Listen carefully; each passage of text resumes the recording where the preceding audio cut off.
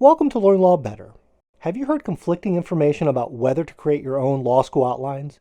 Should you use an outline from someone that aced the course?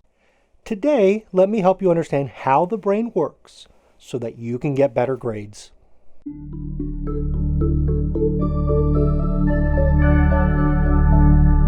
Hi, this is Bo Baez, and today I want to help you understand why it is critically important that you create your own outlines. First, let's define the terms. A law school outline is a document comprised of all the rules that are likely to appear on a law school exam. So some of you are wondering, why not just get a copy of the outline created by the guy who aced the professor's class and is now the editor of the law review? Or why not use a commercial outline like Emmanuel's or Quimbees? Did you hear me say not to use a commercial outline? No. What I said is that you have to create your own outline, at least first, before looking at someone else's work. Let me explain why you have to create your own outline first, which is tied to law school exams. Law school exams are testing you on higher order thinking skills such as analysis, evaluation, and synthesis, while college level exams test students on knowledge retention, which is the lowest of all the thinking skills. More on that in my episode called College versus Law School Exam. Because law school exams are different, you need to learn how to master the higher level thinking skills because that is where the points are on a law school exam. Let me give you an example. If I was testing you like a college professor, here's the question that would appear on the final exam. Please define the three elements under negligence per se.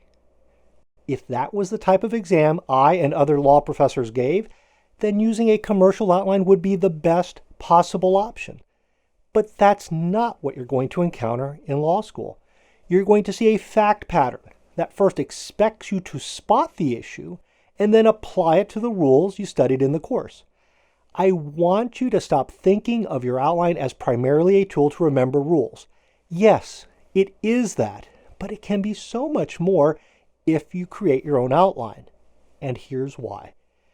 When you struggle through the creation process, you're going to make mistakes. You're not going to get it right the first time out. You're going to have to keep coming back over and over again, reworking it as you develop a stronger understanding of the law. If you bypass this process and instead rely on somebody else's work, you're not going to do as well on the exam as you can. In other words, the process of creating your own outline is just as important as the content of the outline. Now, some of you are still a bit suspicious, so let me tell you about a scientific study that was conducted a few years ago. The researchers got professors teaching multiple sections of the same course to do everything identically in those courses except for one thing. One section got the professor's notes, and the other section did not. You may be thinking, boy, I wish I'd been in that section that got the professor's notes. Be glad you weren't. The students that had to create their own notes outperformed those that had the professor's notes. This and other similar studies demonstrate that learning is about the process, not the content. Yes, you need the right content. But if you bypass the process of creating the outline, you're not going to learn the law at a deep enough level to get the grades you want.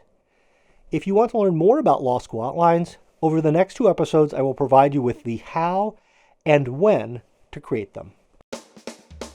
If you'd like to see more episodes that can help you succeed, hit the subscribe and share buttons.